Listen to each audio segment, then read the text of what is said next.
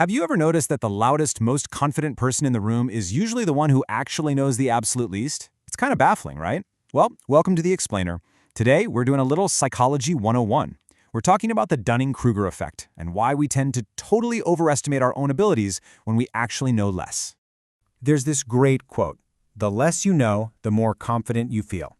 The more you know, the more you realize how much you don't." It's basically the ultimate paradox of human intelligence. Okay, let's dive straight into this, because we're going to map out this whole psychological journey right now in a fast-paced 90-second sprint. Ready? So before we start our climb, let's just lock in the essential terminology here.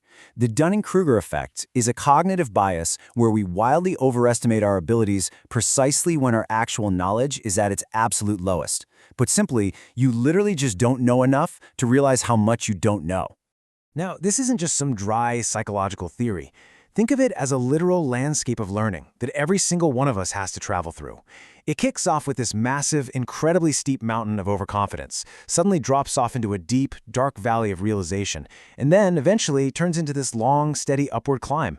Let's trace the exact path we all take whenever we try to learn something completely new. You always start right at the top, at what they call the peak of Mount Stupid. You know, you've read exactly one article on a topic and suddenly you're completely ready to teach a master class. Your confidence is just sky high, but your actual knowledge, it's dangerously low. But then, boom, you hit the valley of despair. As you dig just a little deeper, the real complexity of the thing actually hits you. You suddenly realize how little you know, and that initial towering confidence absolutely plummets. But if you don't give up right there, you start climbing the slope of enlightenment. You start gaining real-world perspective, and you finally begin to see the bigger picture. And then, finally, you reach the Plateau of Sustainability. Up here, your deep understanding leads to this calm, really grounded confidence that actually lasts. The arrogance is totally gone, and it's replaced by real hard-earned experience.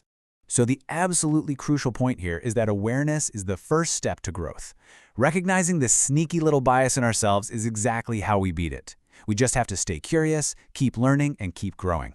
Now, I want to leave you with a question to kind of chew on as you go about your day. Think about whatever new skill, hobby, or topic you're trying to tackle right now in your own life. Which stage of that mountain are you actually standing on today?